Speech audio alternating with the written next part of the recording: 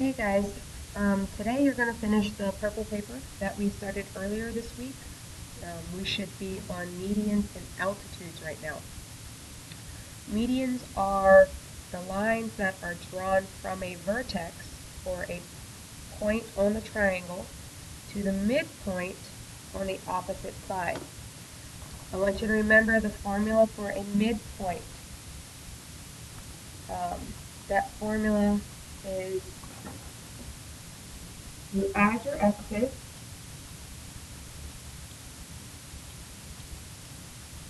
divide by 2, and then you add your y's and divide by 2. We use that in the event that there is a coordinate that we need to solve for.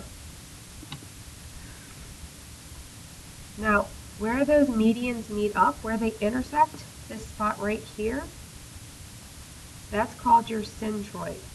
Okay? Now, your median is always going to start at a point of the triangle. So it could start here, it could start here, or here. But it's always going to be the middle of the opposite side. So if I use this point here, if I go all the way over, this is the only side it could be opposite to. So it's the side that does not touch the vertex. So I can't use this one, I can't use that one. That leaves me the one side. If it's a median, it means it's going to cut it in half. So these two sides are now equal. Now, because of it having a special intersection right here, we know that, excuse me guys, that there's a special theorem called the centroid theorem. And it looks more confusing than it actually is. What it says is that from the vertex to the centroid is 2/3 of the distance of the vertex to the opposite side. The way I remember that is if I know this is 2/3, so let's go 1, 2, and this is also a third. So now I have 3 parts.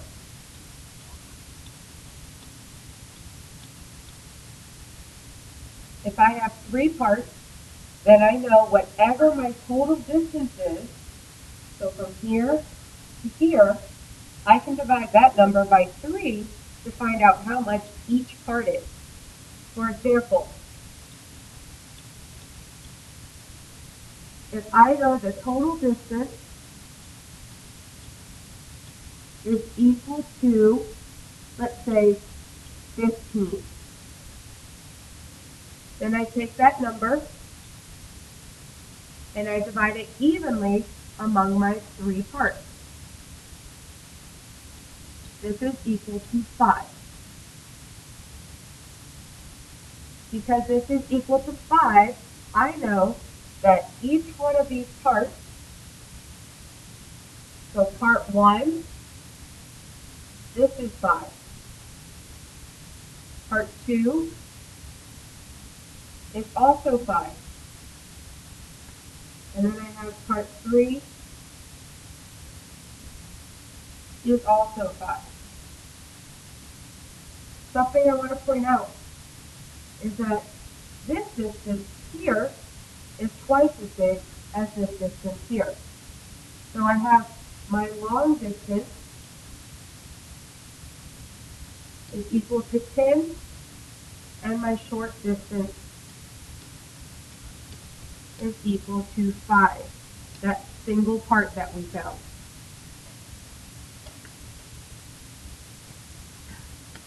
With that knowledge, you shouldn't have any problem starting to figure out how to solve the problem on 8-3, numbers 1 through 5. Now, you can also do this in the Inspires. So I'll show you how to walk through that in the Inspires. So let's start a new document. Don't save any of your documents that are already in there. Start a new geometry document. That's this little triangle down here. start a new geometry document. You'll know you're in geometry because off to the side here, it's going to say 1 centimeter, or it's going to have some sort of scale over here.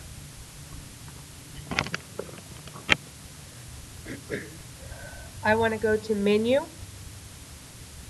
and I want to go to View. Right here it has Graphing, so that's the one we're going to use first. I want us to set up a graph, but we don't need this entry line right here because we're not entering any equations. So I'm going to go back to View, and I'm going to say hide that line. I don't need that line.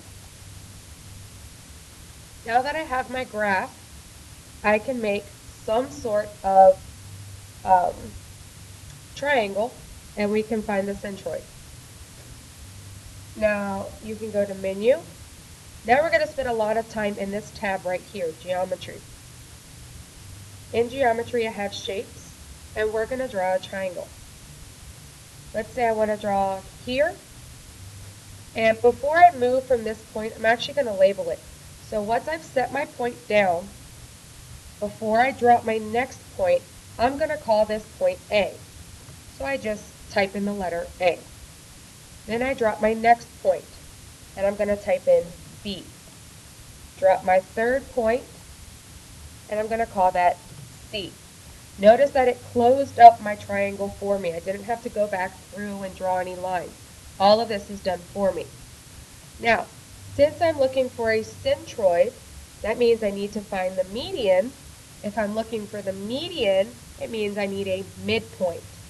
So I can go up to Menu, go back to Geometry, and go to Construction. In Construction, you have a midpoint, so select Midpoint. If I hover over any side, it is going to tell me exactly where that midpoint is. Right here, you can see that I'm on top of a side, but the midpoint is over here. So it doesn't matter if I'm touching here or touching right there. As long as I'm touching a side, it will drop the midpoint for me. So I'm going to drop 2 midpoints. From those 2 midpoints, I'm going to draw a line from here to here. To draw a line, we go Menu, Geometry, Construction again. Oh, excuse me. We're actually going to Lines. And from Lines, there it is. There's our line. So we want to click on line number 4. And I'm going to go from my point that I just dropped to point C, the vertex that's opposite. I'm going to do the same thing with the other midpoint we dropped. And go opposite to point B. This right here, that's my centroid. If I want to find out what that actual coordinate is, I'd have to drop a point on top of it. So to drop a point, go into Geometry, Points and Lines, and we've got point. So I'm just going to pick point, and we're going to drop it right where it hovers over both. It says intersection point. Drop it right there. I don't need to label this one for now. Excuse me. But I do want to know what that coordinate is. So I can go to Menu, go to Actions now, because I want to act on that particular point. The act that I want to do is I want you to show me the coordinate. So I click on Coordinate, and I'm going to hover over that particular point. You can see that I'm dragging around a coordinate. What it's waiting for me to do is to say, where do I want to put that coordinate? So I'm going to put it right here, just so it's off to the side. So my centroid is at negative 0.839, 1.55. From here, you could start to figure out what the distance is here, or the distance here. There's lots of things that you can do inside your Inspire.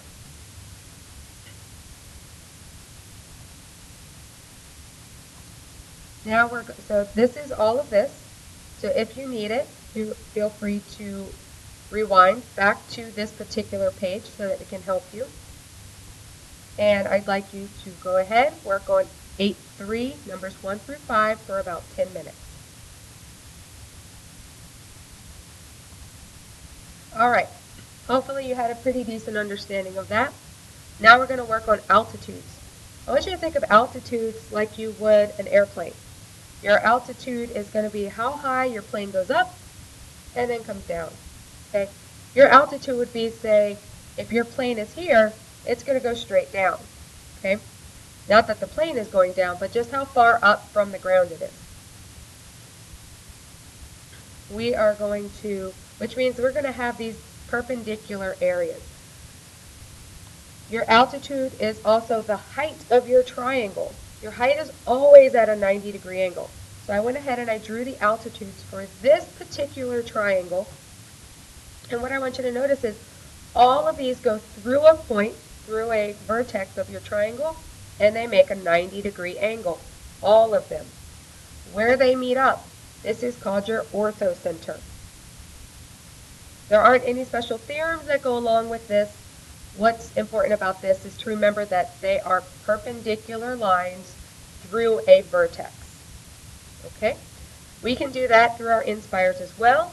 So instead of using the midpoint, let's go back out of here. I'm going to use that same triangle we had before. I'm going to do a perpendicular line this time. So from menu, you go to geometry, constructions, and now I'm going to perpendicular lines because I want to know the orthocenter, which means I need to know the perpendicular lines. So once I'm on perpendicular lines, I click which point I want that line to go through. So let's say I want it to go through point C. I click on point C. You can see that I've got this shadowed line already. I want to go, again, to the opposite line. So I'm going to scroll all the way over to that opposite line. It draws the entire perpendicular line for me. Go ahead and drop that. Then I'm going to say, let's go to point B. I want to drop a perpendicular line from point B all the way across to line AC. This point in the center, this intersection point, that is our orthocenter. So what's really important to remember about these two is that your orthocenter is asking you for perpendicular lines, whereas your centroid is asking you for your lines that cut the side in half. Okay? So really there wasn't anything special about that except to know how to put it into the calculator to help you out a little bit. Let's see.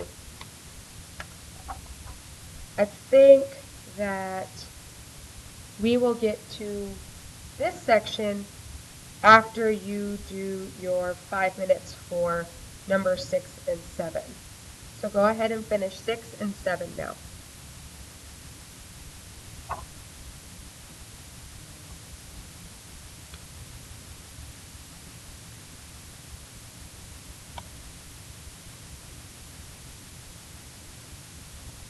Alrighty, guys, we're back. We've got the mid-segment theorem to cover, and then we're all done. The mid-segment is half as big as the base it's parallel to, so it cuts the lines that it intersects in half. Okay, for those of you that think that sounds like crazy talk. This line is parallel to this line. Okay, let's draw that. Parallel and parallel. I know it's pretty, you'll be okay. If these two lines are parallel, and this is a mid-segment, then I know that that line is the same as that line because we cut it in half. It also means that this side is also the same as this side because we cut that side in half as well. That's all that this mid-segment theorem says. For all of this down here, now you know what it means.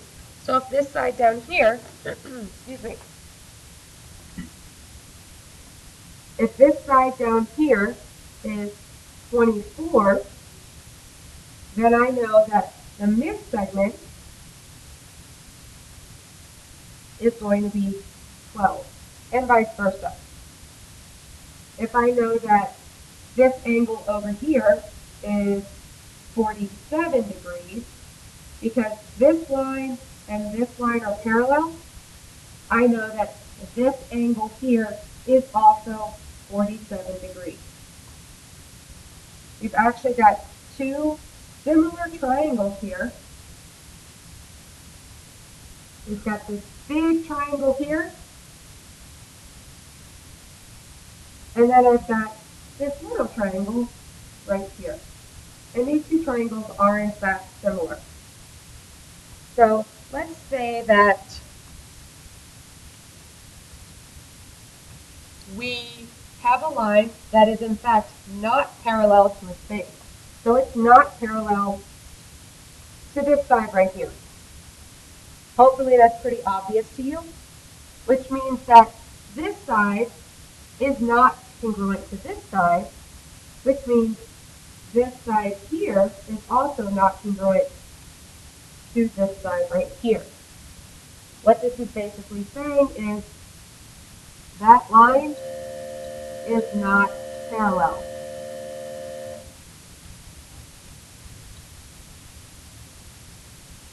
So now you shouldn't have any issues figuring out how to do 8.4.